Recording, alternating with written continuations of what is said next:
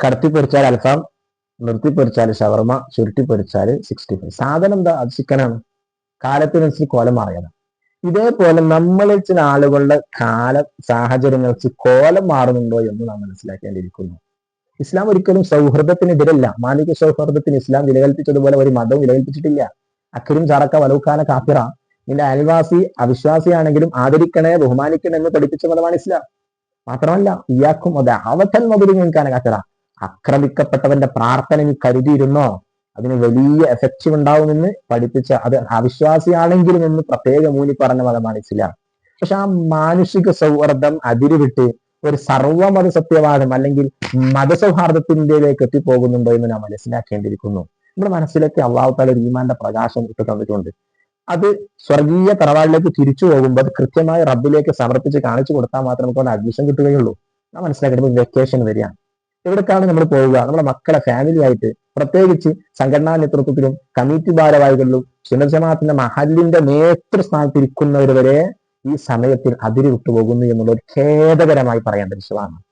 ഇവിടെ നബി സല്ലല്ലാഹു അലൈഹി വസല്ലമ തങ്ങളുടെ അരികിലേക്ക് യഹൂദികളായിരുന്ന ഇസ്ലാമിലേക്ക് വന്ന ചില അബ്ദുല്ലാഹി സലാം, അതുപോലെ തന്നെ സഅലബ് റളിയല്ലാഹുവിനെ പോലത്തെ മഹാന്മാർ വന്നിട്ട് നബി സല്ലല്ലാഹു അലൈഹി വസല്ലമ തങ്ങളോട് ചോദിച്ചൊരു കോംപ്രമൈസ് ചെയ്യാൻ പറ്റും. എന്ത് കോംപ്രമൈസ്? ശനിയാഴ്ച ഒരു മഹത്വവൽക്കരി യഹൂദികൾ ഉണ്ടായിരുന്നു, ഇപ്പൊ അതിനൊരു ചാൻസ് ഉണ്ടോ?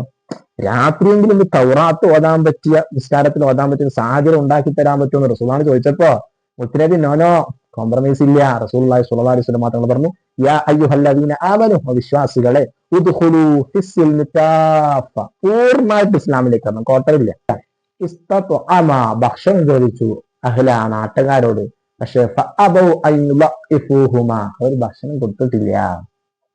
ഇവിടെ ഈ നാട്ടുകാർ ഈ ആയത്തിറങ്ങിയത് കേട്ടപ്പോ റസൂലുള്ളാഹി സ്വല്ലല്ലാഹു അലൈഹി വസല്ലം തങ്ങൾ അരികിൽ വന്നിട്ട് പറഞ്ഞു, അവിടെ അബൗ എന്നിവിടെ ഒരു താഴ് കൂട്ടിയിട്ട് അതൗ നാക്കിയിരുന്നെങ്കിൽ എന്ന് റസൂലുള്ളാഹി റിക്വസ്റ്റ് ചെയ്തു. പക്ഷേ നബി സല്ലല്ലാഹു അലൈഹി വസല്ലം മാത്രം അത് അംഗീകരിച്ചിട്ടില്ല. കണ്ട, ഒരു അക്ഷരത്തിൽ ഒരു പുല്ലുവള്ളി പോലും വ്യത്യാസപ്പെടുത്താൻ നബി സല്ലല്ലാഹു അലൈഹി വസല്ലം അതിന് അംഗീകാരമില്ലെങ്കിൽ ഇന്ന് നബിദിന റാലിയുടെ മുമ്പിൽ കൊടിപിടിച്ചിരുന്ന ചെറുപ്പക്കാർ നാളെ മറ്റു മതാടിസ്ഥാനത്തിലെ ആചാരങ്ങളിൽ പങ്കെടുത്ത് അതിന്റെ പ്രബോധകരാകുന്നുണ്ടോ എന്ന് സംശയിക്കേണ്ടിയിരിക്കുന്ന ഒരു ഖേദകരമായ അവസ്ഥയാണ്.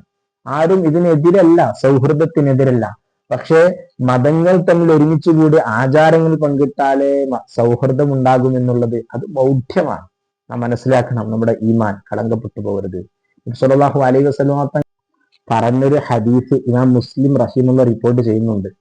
യുസ്ബിഹു റജുലു മുഅ്മിനൻ വയുംസി കാഫിറൻ, ആ യുംസി റജുലു മുഅ്മിനൻ യുസ്ബിഹു കാഫിറൻ, രാവിലെ മുസ്ലിമായ ഒരു വ്യക്തി വൈകുന്നേരം ആവുമ്പോഴേക്കും കാഫിറായി പോകുന്ന ഒരു സാഹചര്യം, പ്രദോഷത്തിൽ മുഅ്മിനായ ഒരു വ്യക്തി പ്രഭാതമാകുമ്പോൾ കാഫിറായി പോകുന്ന ഒരു സന്നിവേശം കാത്തിരിക്കുന്നു കേട്ടോ.